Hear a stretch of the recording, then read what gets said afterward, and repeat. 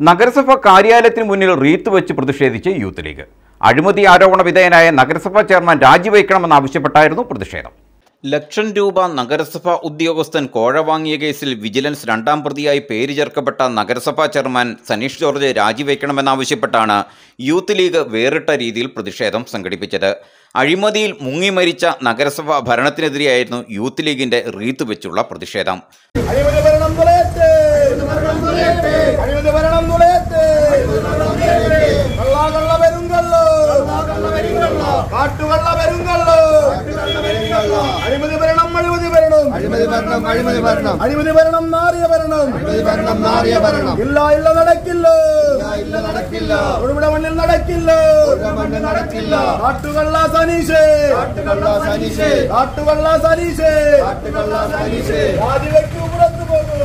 Municipal സമുച്ചയത്തിന് മുന്നിൽ നടന്ന പ്രതിഷേധ സമരം യൂത്ത് ലീഗ് ജില്ലാ സെക്രട്ടറി PM നിസാമുദ്ദീൻ ഉദ്ഘാടനം ചെയ്തു.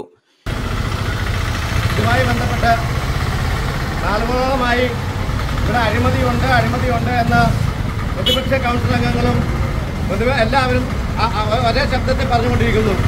ഇതൊന്നും മുഖവിലക്കെടുക്കാതെ LDFന്റെ നേതൃത്വത്തിൽ തന്നെ യൂത്ത് ലീഗ് മണ്ഡലം പ്രസിഡന്റ് KM നിഷാദിന്റെ അധ്യക്ഷതയിൽ നടന്ന പ്രതിഷേധ പരിപാടിയിൽ യൂത്ത് ലീഗ് ജില്ലാ secretary Anshad Kuttiyani, STU motor തൊഴിലാളി യൂണിയൻ ജില്ലാ president Zakir Elamakkal, youth league ജില്ലാ vice president Ajas Puthampura, Shabeer Muttam, youth league മണ്ഡലം ഭാരവാഹികളായ അൻഷാദ് ചിലവ്, ഷമീർ മംഗളാപറമ്പിൽ, നജീബ് തൊടുപുഴ, റബീഷ് VK, അൻസാരി നജീബ് തുടങ്ങിയവർ പങ്കെടുത്തു.